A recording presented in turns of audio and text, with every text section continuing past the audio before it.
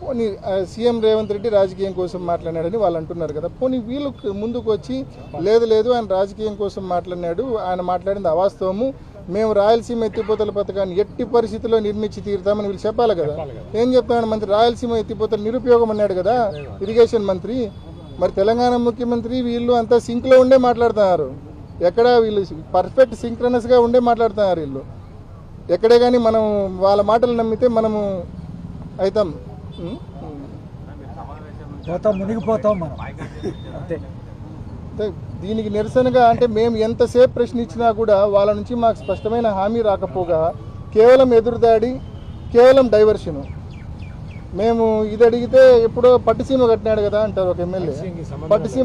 ఇప్పుడు పట్టిసీమని నేను చెప్పిన దానికి పట్టిసీమ కట్టినాడబ్బా సంతోషము, పట్టిసీమ నీళ్లు సేవింగ్ రాయలసీమ నుంచి తీసుకోవాలని చెప్పి చెప్తున్నారు కదా, శ్రీశైలం నుంచి తీసుకోవాలని చెప్తున్నారు కదా. శ్రీశైలం నీళ్లు పట్టిసీమ నుంచి సేవింగ్ నీళ్లు మనం తీసుకోవాలన్నా కూడా రేపొద్దున తెలంగాణ వాళ్ళు ఇబ్బడి ముబ్బడిగా పవర్ జనరేషను లేకుంటే ఈ పర్మిషన్లు లేని ప్రాజెక్టుల నుంచి నీళ్లు పంపింగ్ చేస్తే ఆ సేవింగ్ నీళ్లు కూడా తీసుకోవాలంటే మనం తీసుకోలేం కదా. ఏది ఏమైనా మనం నీళ్లు డ్రా చేసుకోవాలంటే కన్నా వాళ్ళకు పోటీగా మనం కూడా టిట్ ఫర్ టాట్ మనం ఈ ప్రాజెక్ట్ కంప్లీట్ చేసుకోవాలా. వాళ్ళు ఆపరేట్ చేస్తే మనం కూడా 3 TMCలు పర్ డే ఆపరేట్ చేసి తీసుకునే పరిస్థితిలో మనం ఉండాలా. అప్పుడే పట్టిసీమ సేవింగ్ నీళ్ళైనా తీసుకోగలము, లేకుంటే మనకు హక్కుగా ఉన్న 111 TMCలైనా మనం తీసుకోగలము. అదర్వైజ్ నీళ్ళు అనేటివి తీసుకునే పరిస్థితి ఉండదు. ఇప్పుడు దాని విలువ ఎప్పుడు తెలుస్తుందంటే, రాయలసీమ ఎత్తిపోతల పథకం యొక్క విలువ ఎప్పుడు తెలుస్తుందంటే, గడిచిన 3-4 సంవత్సరాలుగా 5 సంవత్సరాలుగా వర్షాలు బాగుండాయి. ప్రాజెక్టులకు అంటే శ్రీశైలానికి కనీసం 150 రోజులు ఫ్లడ్ డేస్ ఉన్నాయి. అంటే నెంబర్ ఆఫ్ ఫ్లడ్ డేస్ ఎక్కువ ఉన్నాయి కాబట్టి ఇన్ఫ్లోస్ చాలా బాగున్నాయి కాబట్టి మనకి సమస్య కనిపించడంలా. మన టైం బాగాలేక ఎప్పుడన్నా 1 సంవత్సరమో 2 సంవత్సరాలు 3 సంవత్సరాలు కరువు వస్తే మాత్రము, ఫ్లడ్ డేస్ శ్రీశైలంలోకి బాగా తగ్గితే మాత్రము రాయలసీమ ఎత్తిపోతల ఈ పథకం యొక్క విలువ మనకు ఆ రోజు తప్పకుండా తెలుస్తుంది. కాబట్టి ఈ ఆలోచించే జగన్మోహన్ రెడ్డి గారు ఆ పనులు మొదలు పెట్టారు. ఖచ్చితంగా ఆ పనులను ముందుకు తీసుకొని వెళ్ళి ఈ ప్రభుత్వం కంప్లీట్ చేసి మన మన మన రైతాంగానికి కష్టకాలంలో ఈ కరువు కాలం వచ్చినప్పుడు మన రైతాంగాన్ని కాపాడే దిశగా ఈ పథకం మనకు ఉపయోగపడాలి. ఈ ప్రభుత్వం యొక్క రెస్పాన్స్ ఇంకా ముఖ్యమంత్రి గారు ఇంకా ఈ ప్రభుత్వం యొక్క రెస్పాన్స్ ఇంకా రాబోయే రోజుల్లో చూస్తాము. తప్పకుండా ఈ ప్రాంతానికి సంబంధించిన ప్రజాప్రతినిధులము, ఈ ప్రాంతానికి సంబంధించిన వైఎస్ఆర్ కాంగ్రెస్ పార్టీ నాయకులము, కార్యకర్తలము రైతులకు తోడుగా నిలబడతాము. ఈ ప్రాజెక్టు పనులు పూర్తయ్యే దిశగా ఖచ్చితంగా రైతులకు తోడుగా నిలబడతాం.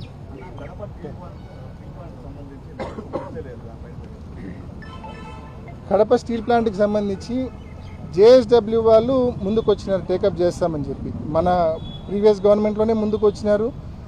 వాళ్ళు MOUs చేసుకున్నారు. ఏపీ హైగ్రేడ్ స్టీల్ కార్పొరేషన్ పేరుతో ఉన్నింది. దానికి యాక్చువల్గా APMDC ద్వారా లీజులు కూడా ఇప్పించాలని ప్రయత్నం చేసినాం. ఈ AP high grade steel corporation JSW MOU చేసుకొని పర్యావరణ అనుమతులు కూడా జగన్మోహన్ రెడ్డి గారి ప్రభుత్వంలోనే వాటికి ఇప్పించడం జరిగింది. ఈ గవర్నమెంట్ వచ్చినాక కూడా లాస్ట్ 1.5 yearగా మొదలవుతాయి అంటారు, కానీ అబ్నార్మల్ డిలే జరుగుతూ ఉంది. వాళ్ళ బోర్డులో కూడా అప్రూవల్ జరిగింది ఎప్పుడు మన గవర్నమెంట్ ఉండగానే. కానీ తప్పకుండా ఆ పనులు కూడా ముందుకు తీసుకెళ్లాల్సిందిగా ఈ ప్రభుత్వాన్ని మనవి చేస్తూ ఉన్నాం. కేవలం రాయలసీమ ఎత్తిపోతల పథకం లోపల జరిగిన వాగ్వాదం అంతా కూడా మేము మాట్లాడినప్పుడు ఎక్కడే కానీ మేము రాజకీయాలు తీయాల. మేము కేవలం రైతుల్లో ఒక అభద్రతా భావం ఉంది, రైతుల్లో ఒక ఆందోళన ఉంది. నిజంగా తెలంగాణ ప్రభుత్వము పాలమూరు రంగారెడ్డి కట్టి వాటర్ పంపింగ్ స్టార్ట్ చేసేస్తే ఇప్పటికే వాళ్ళు పవర్ జనరేషన్ చేసినప్పుడు మనకు నీళ్లు డ్రా చేసుకోవడానికి లేవు. వాళ్ళు పాలమూరు రంగారెడ్డి దిండి పూర్తి స్థాయిలో ఆ 2 ఎత్తిపోతల పథకాలు ఆపరేట్ చేస్తే మన ప్రాంతానికి నీళ్ళు వచ్చే ప్రమాదం, నీళ్లు రాకుండా ఉండే ప్రమాదం ఉంది, పూర్తిగా నష్టపోతాము అని రైతుల్లో ఒక ఆందోళన ఉంది. కాబట్టి తప్పకుండా మీరు ఒక స్పష్టమైన హామీ ఇవ్వండి, రాయలసీమ ఎత్తిపోతల పథకాన్ని కంప్లీట్ చేస్తామని చెప్పి అడిగితే వాళ్ళు బనకచెర్ల అంటారు. బనకచెర్ల 80,000 కోట్లు. ఎంత? 80,000 కోట్లు బనకచెర్ల. దాని ప్రాజెక్ట్ కాస్ట్. పోలవరము 40,000 50,000 కోట్లు ఉండే పోలవరం గురించి మనము 20 ఏళ్ళ నుంచి మాట్లాడుకుంటున్నాం.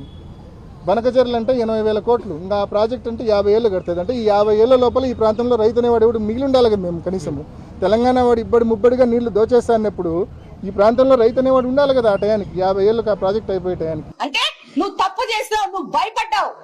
ఈడికొస్తే నువ్వు చేసింది ఫాల్స్ స్టోరీ బోర్డ్ అని చెప్పి నువ్వు ఒప్పుకున్నట్టు అవుతుందని చెప్పేసి రాలే. నువ్వు ఈసారి నువ్వు రాసే ముందు మళ్ళా వచ్చేదానికి ధైర్యం ఉంటే రాయ్, లేకపోయినావనుకో నువ్వు మాట్లాడినన్ని సార్లు, నువ్వు ఫేక్ స్టోరీలు వేసినంత సార్లు నేను కూడా ప్రజల దగ్గరికి వెళ్తాను. ప్రజలకు కూడా నేను చెప్తున్నాను, 1 సెంటు భూమి కడపలో నాకు నోటీస్కి వస్తే కబ్జా చేయడానికి ఎవరికి వదలను. వాళ్ళు నా పార్టీ వాళ్ళైనా ఇంకో పార్టీ వాళ్ళైనా నాకేం పెద్దగా భయం లేదు, ఏమీ లేదు. నేను ప్రజలతో ఓట్లు వేయించుకున్నాను, ప్రజలకు పనిచేస్తాను.